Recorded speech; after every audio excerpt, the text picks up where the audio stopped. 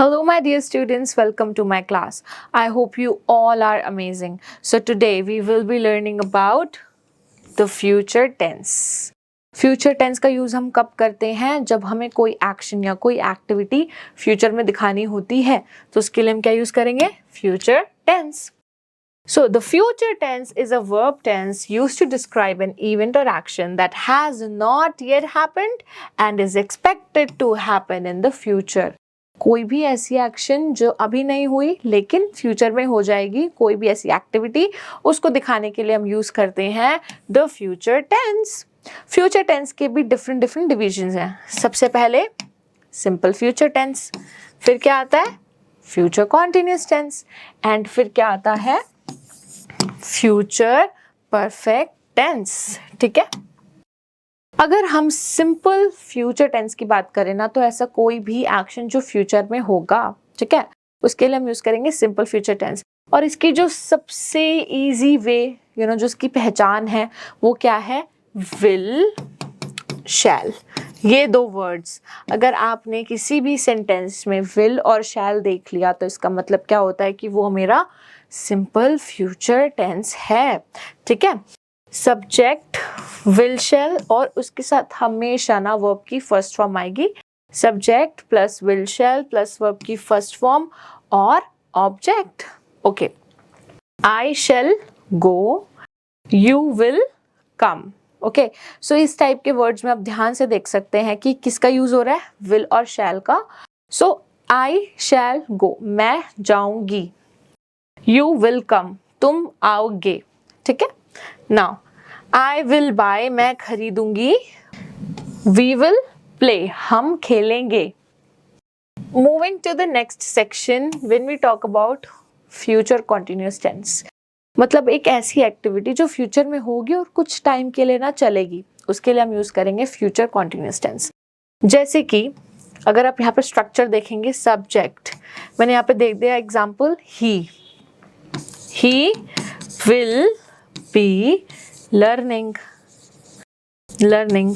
Okay, he will be learning what? Learning music.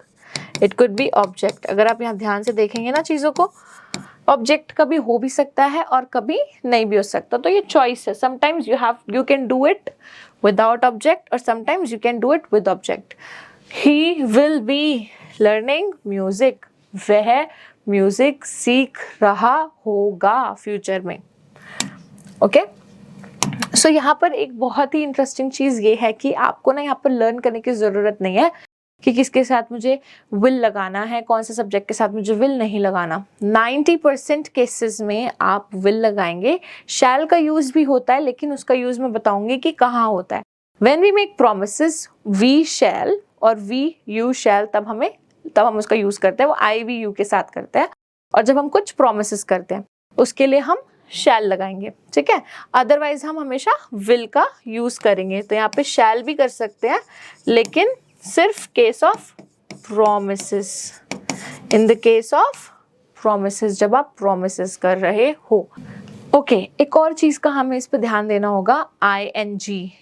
हमने अभी discussion करा था, पुरानी वीडियोस में भी हमने डिस्कशन करा था कि अगर हमें कॉन्टिन्यूअस को पहचानना है तो उसके पीछे ING देखेंगे. अगर ING लगा हुआ है तो means that is continuous. Okay.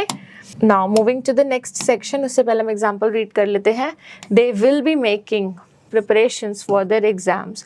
वो अपने एग्जाम्स के लिए प्रिपरेशन कर रहे होंगे. He will be feeling good tomorrow. वो कल अच्छा फील कर रहा होगा, है ना, रहे होंगे. सो इस टाइप के जो वर्ड्स होंगे उसके लिए हम पहचान करेंगे as a future continuous tense. Now अगर हम बात करें कि फ्यूचर परफेक्ट टेंस, तो इस केस में हमें ध्यान देना है जो चीज फ्यूचर में हो चुकी होगी, है ना, तब तक हो चुकी होगी. जैसे कि मैं इस टाइम पर खाना खा चुकी हूंगी. I will have eaten food. Okay. So आप यहाँ पर एग्जाम्पल देखेंगे क्या? Subject will have. आपको ना यहाँ पर हैज का यूज नहीं करना है. फ्यूचर टेंस की, फ्यूचर परफेक्ट टेंस की बेस्ट चीज यही है कि you don't need to use has. आपको हर किसी के साथ have, will have, she will have, he will have, it will have, Neha will have, इस तरीके से आपको यूज करना है। ओके, फ्यूचर और परफेक्ट में अगर हम बात करें तो इसका यूज हम करते हैं कि फ्यूचर में कोई काम हो चुका होगा और इसमें कोई भी कमिटमेंट जो फ्यूचर में होगी, पता नहीं कब हो चुकी होगी लेकिन होगी। They will have jogged 3 miles. वो 3 मील तक भाग या जॉगिंग कर चुके होंगे। I expect I will have finished my painting before the art collector arrives. मैं आशा करती हूँ, मैं एक्सपेक्ट करती हूँ कि मैं अपनी पेंटिंग तब तक खत्म कर चुकी होंगी जब कलेक्टर आकर उसको कलेक्ट करेगा। All right, my dear students, now let's do some questions. Complete the sentences in the future tense. Use the verb given in the box. आपको क्या करना है? You have to use these verbs and convert into future tense. Mohan is 6 years old. Next year he dash 7 years old. तो यहाँ पर होगा be. Be होता है, be का मतलब होना. तो he will be. जैसे मैं बोलती होंगी बचपन में, जैसे मैं बोलती थी I will be a teacher. You will be a doctor. She will be an engineer. Okay? इस तरीके से. Give me the book. I dash it tonight. I book को हम क्या करते हैं? We don't eat book. We read book. So I will read it tonight. Let's walk faster. It dash dark soon. ठीक है? Let's walk faster. So it get होना, जल्दी अंधेरा हो जाता है. It will get dark soon. I dash TV after I finish my homework. मैं TV देखता हूँ, तो देखने को बोलेंगे I will watch. क्यों? क्योंकि हम ये फ्यूचर टेंस में कर रहे हैं. ठीक है? 5, 6, 7, 8 जो है questions, you have to try it by yourself. Alright, now this question says, exercise 2, the verbs in these sentences are used wrongly. Changed them into the future continuous tense. Reena went to school tomorrow. So हम यहाँ लिखेंगे Reena will go to school tomorrow. Okay. Now I celebrated my birthday next week. So मैं यहाँ लिखूंगी I will celebrate. मेरे को यहाँ पर क्या करना है? फ्यूचर लगाना है. तो मैं will के साथ verb की first form लगाऊंगी. That's it. She opened the window soon. She will open the window soon. The window soon. Full stop लगाना जरूरी है, कोई भी sentence खत्म होता है तो. Alright, 4 and 5 you have to try it by yourself. Moving to the next part, and this is the last question of this video. Choose the correct verb and complete the sentences. We dash in grade 6 next year. We will be, हम होंगे. ठीक है?